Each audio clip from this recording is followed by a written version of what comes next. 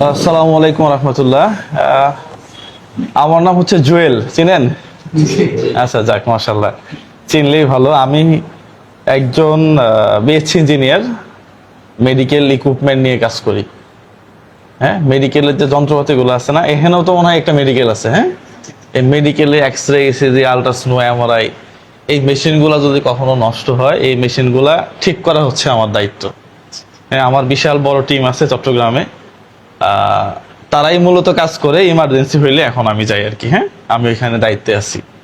আচ্ছা, ভাই একটা কথা বললো যে আপনাদের এই সংগঠনের নাম হচ্ছে রক্ত সৈনিক বাংলাদেশ সংগঠন। হ্যাঁ, অনেকেই বলে যে এই সংগঠনে কাজ করে লাভ কি?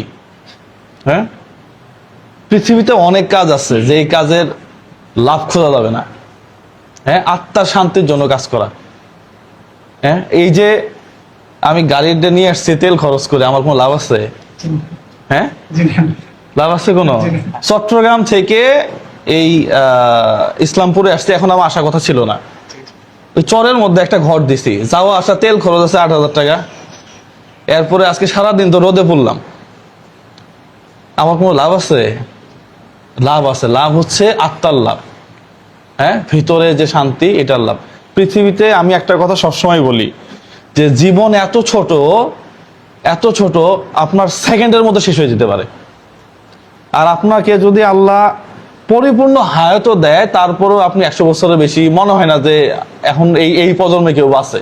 হ্যাঁ, তার মানে সিস্টেমে আপনার জীবন শেষ হয়ে যাবে, এটাই বাস্তবতা। প্রত্যেকটা মানুষের জীবন শেষ হবে। যার 360টা বাড়ি আছে না বাংলাদেশে, এক এমপির, হ্যাঁ, 22টা তো বলাইছে মনে হয়। হ্যাঁ, 360টা বাড়ি লাগে একজন মানুষের।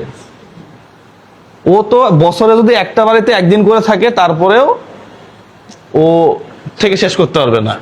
হ্যাঁ, আমি কোনো রাজনীতির সাথে জড়িত না, এটাও তো অরাজনৈতিক, তাই না? আচ্ছা, তাহলে দেখেন, সে সে ওই জায়গাতে সে সাইকো, সে অসুস্থ, সে অসুস্থ জায়গায় অসুস্থ। আর আমরা যারা মানবিক কাজ করি, আমরা সুস্থ জায়গায় অসুস্থ। আপনি অসুস্থ না হলে কিন্তু মানবিক কাজ করতে পারবেন না। কারণ এই যে মানবিক কাজ যারা করে, এরা ওয়ান কাইন্ডস অফ সাইকো। এরা চিন্তা করে যে না, একটা মানুষ কষ্টে আছে, সেখানে আমার যাওয়া উচিত। হ্যাঁ, আবার আশেপাশের মানুষ বলবে যে এর মনে হয় ঝামেলা আছে, এর বিএসসি ইঞ্জিনিয়ার, আমি মাস গেলে বেতন পাই 80,000 টাকা, এ কেন এই কাম করে? তেল খরচ, বাসা ভাড়া সহ মিলে 1 লাখ টাকার উপরে, তে কেন এই কাজ করে? গতকাল রাতে একজন বলছে ফোন চাপা দেখে, হ্যাঁ, তোমার মনে হয় মাসে 2 লাখ টাকা ইনকাম ফোনে এগুলো কাজ করে। এখন মানুষ এটা বলবে। হ্যাঁ, এখন ওই যে আজকে 1,04,000 টাকা দিয়ে ঘর বানাইছি, কে টাকা দিছে সে তার নামও বলে দিছি। 1 পয়সা আসলে 1 পয়সার নাম বলে দেয় এখন। এরপরও মানুষ বলে যে মানুষের টাকা দিয়ে ঘর বানাইছো। অথচ আমি যে 1 কোটি টাকা 1 বছরে ইনকাম করছি, কিভাবে সোর্স আমি দেখাই দিছি, বলছি না? ফেসবুকে বলে দিছি। তারপরও মানুষ বলে যে অন্য টাকা দিয়ে গাড়ি কিনছি। এটা বলবে। হ্যাঁ, ওর কোনো কাজ নাই, এর মাঝখানে আমাদেরকে কাজ করে যেতে হবে। হ্যাঁ, এই যে তরুণ যারা, প্রিয় বন্ধুরা, সারা বাংলাদেশকে একটা মেসেজ দেয়, এই যে তরুণ যারা, যাদেরকে দেখতেছেন, এরা নেশা করতে পারতো, এরা অন্য জায়গায় আড্ডা দিতে পারতো, পাবজি খেলতে পারতো। ঠিক সেই জায়গাটা ছেড়ে একটা মানবিক কাজের একটা মিটিংয়ে এসে জয়েন করছে। সমস্যা কোথায়?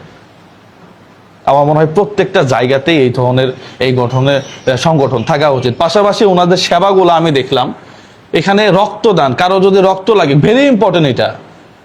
হ্যাঁ, একটা রোগী অ্যাক্সিডেন্ট হয়েছে, তার ব্লাড কমে যাচ্ছে দ্রুত, অথবা থ্যালাসেমিয়া রোগী, তার প্রত্যেক মাসে 2 ব্যাগ রক্ত লাগে, আছে না এরকম? হ্যাঁ, তার হিমোগ্লোবিন 10-এর নিচে, 6-7, 4-5ও আমি দেখছি, মানে চেহারা ফ্যাকাশে হয়ে যাচ্ছে।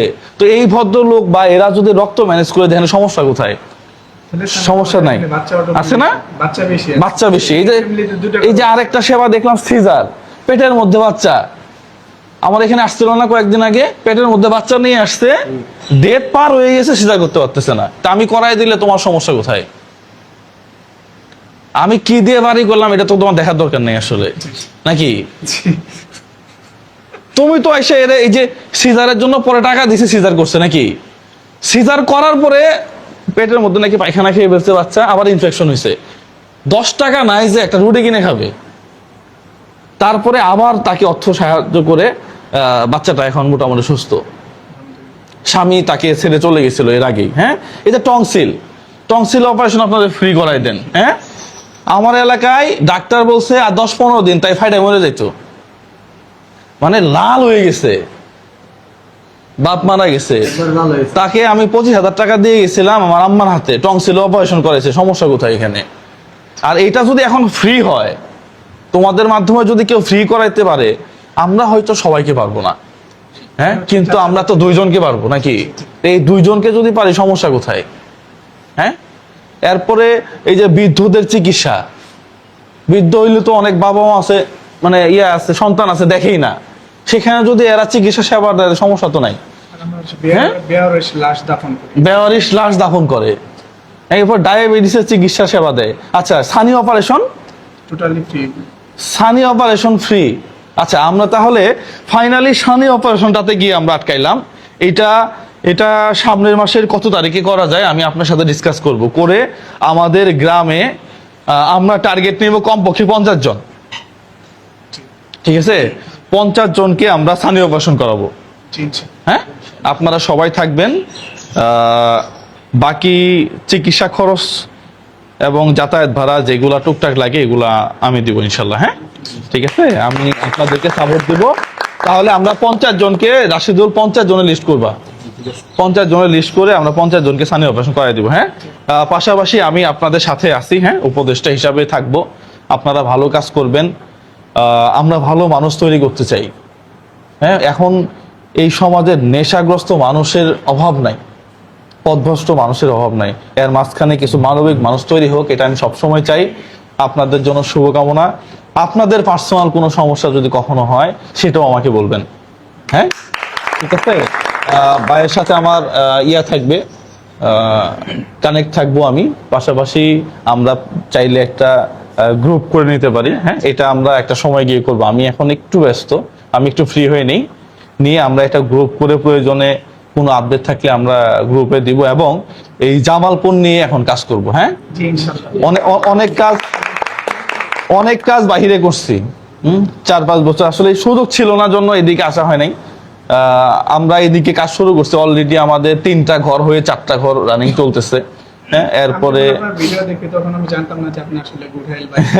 না, অনেকেই আমাকে ভাবতো যে আমি মনে হয় চট্টগ্রামের ছেলে, যেহেতু ওইদিকে বেশি কাজ করা হয়েছে। আসলেই আমি হচ্ছি জামালপুরের ছেলে। হ্যাঁ, আমার বাড়ি এখানে। মানে আপনি খবর পাওয়ার পর আমি একজনকে বলছি যে ভাইয়ের সাথে আমাদের মিটিং আছে, পরে বলছি চট্টগ্রাম যে থাকে জুয়েল ভাইয়া। হ্যাঁ, ঠিক আছে, তাহলে আমরা কবে করব সানি অপারেশনটা, এটা আমি ডেটটা ফিক্সড করে নিব, হ্যাঁ। তাহলে ঠিক আছে, আপনারা সবাই ভালো থাকবেন, সুস্থ থাকবেন, হ্যাঁ, এবং আপনারা মানবিক কাজ করবেন, এটাই আমি চাই, হ্যাঁ। Thank you so much.